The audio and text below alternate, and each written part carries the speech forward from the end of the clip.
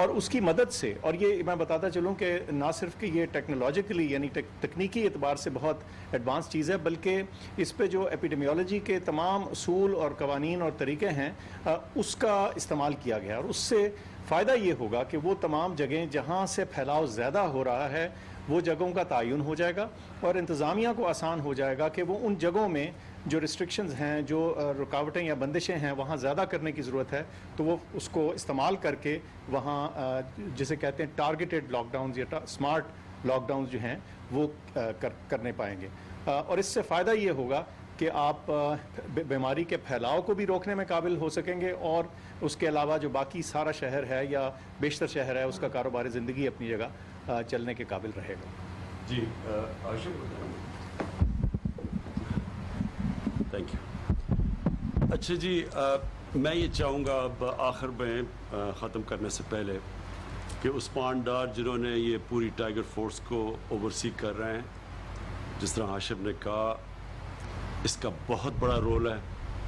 اس وقت ہمارا جو رضاکار جو ٹائیگرز ہیں ان کا بہت بڑا رول آگے آنے والا ہے، اور آنے اس لیے والا ہے کہ بدقسمتی سے جس طرح ہم نے بے احتیاطی کی تو اس کا یہ بڑھے گی، اور ہم پوری اس کی پروجیکشنز کر رہے ہیں کہ یہ کب تک، اگلے مہینے تک ہم سمجھتے ہیں جولائی کے مہینے میں ہمیں کافی مسئلے مسائل آئیں گے، اور اس لیے ان کو ہم پورا استعمال کریں گے۔ اب جس طرح ہاشم نے کہا وہ جائیں گے،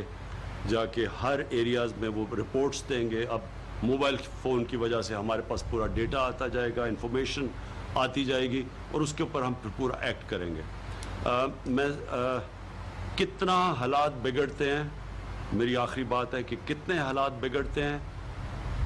اس پہ آپ کے اوپر، عوام کے اوپر ایک بہت بڑی ذمہ داری ہے۔ جتنا آپ احتیاط کریں گے اتنا ہمارے جو حالات ہیں وہ قابو کے اندر رہیں گے۔ جتنی بے احتیاطی ہوگی، اور جو مجھے بڑی افسوس سے کہنا پڑتا ہے کہ جیسے جیسے ہم لاک ڈاؤن ہم جب ہٹا رہے تھے، میں نے کہا لوگوں کو کہ اس کا یہ نہیں مطلب کہ وبا ختم ہو گئی ہے، ہم مجبوری میں ہٹا رہے ہیں کیونکہ ہمارے لوگوں کے حالات بہت برے تھے۔ تو لگا ایسے جیسے ہی ہم نے دیکھا لوگوں کو کہ وہ جیسے ہی لاک ڈاؤن ختم ہوا تو لوگوں نے سمجھا کہ بیماری ختم ہو گئی ہے۔ اس بے احتیاطی کی وجہ سے اس وقت ہم دیکھ رہے ہیں کہ زیادہ نمبر کیسز ہو چکے ہیں، لیکن اب بہت ضروری ہے کہ ہم اب سب احتیاط کریں۔ اور میں اس لیے عثمان ڈار آپ کو آخر میں آپ ذرا بتائیں کہ ٹائیگر فورس کا سٹیٹس کیا ہے۔ بہت شکریہ پرائم منسٹر صاحب۔ 10 لاکھ میں سے ابھی تک 2.25 لاکھ ٹائیگر فورس جو ہے وہ اپنی ذمہ داریاں ادا کر چکی ہے، اور میں آپ کو بتانا چاہتا ہوں کہ آلریڈی ٹائیگر فورس کا ایک کامیاب تجربہ SOPs کی امپلیمنٹیشن میں ہم مساجد میں کر چکے ہیں۔ پاکستان وہ واحد اسلامی ملک تھا جس نے مساجد بند نہیں کی، رمضان میں، تراویحوں میں، جمعے کی نماز میں الحمدللہ کوئی کرونا مساجد سے نہیں پھیلا تھا، اور اس میں ہماری ایڈمنسٹریشن کے ساتھ مل کر ماہ رمضان میں بڑا زبردست SOPs پہ ٹائیگر فورس نے کام کیا۔ اور اب جیسے پرائم منسٹر صاحب کہہ رہے ہیں کہ اس وقت ایڈمنسٹریشن کے لیے ہمارے لیے جو سب سے بڑا چیلنج ہے وہ SOPs کی امپلیمنٹیشن ہے، ماسک کی اویئرنیس ہے۔ نو ماسک نو سروس پہ آلریڈی ٹائیگر فورس نے کام شروع کر دیا ہے۔ اس ڈیسیژن میکنگ کو سپیڈ اپ کرنے کے لیے جس ایپ کا بات کی ہے ہاشم صاحب نے، وہ بنیادی طور پہ ایپ ٹائیگر فورس کے موبائل پہ ہم انشاءاللہ تعالی انسٹال کر دیں گے۔ وہ پکچرز لے کے رائٹ اوے جو ہے وہ ایڈمنسٹریشن کو بھیجی جائیں گی، DC صاحبان کو، اور پھر جو بھی SOPs جو امپلیمنٹیشن میں فیلئر ہے، چاہے وہ کوئی دکاندار ہے، چاہے کوئی مارکیٹس ہیں، پارکس ہیں، تو انشاءاللہ تعالی اس کا ہم ایکشن لیں گے۔ بہت شکریہ۔ آخر میں سارے اب خود صوبوں کو باقی صوبوں کو بھی دورے کروں گا، اور میری پوری کوشش یہ ہوگی کہ اب خود میں مانیٹر کروں اپنے پرائم منسٹر سیکریٹریٹ سے، ڈیٹیلز پوری مجھے آئیں گی، ٹائیگر فورس سے انفارمیشن، سارا انفارمیشن میرے آفس میں آئے گا۔ ادھر سے ہم باقاعدہ دیکھیں گے کہ ہر صوبہ اس کے اندر کون کون سی کمپلائنس ہو رہی ہیں، کون سے علاقے ہیں، مثلا انڈسٹری میں کتنا ہو رہا ہے، کھانے پینے کی جگہوں پہ کتنا ہو رہا ہے، یعنی ہر جگہ کے اوپر کمپلائنس دیکھوں گا میں صوبوں کے، اور ادھر سے مانیٹر کریں گے، اور وہاں پھر ہم صوبائی حکومتوں کو پورا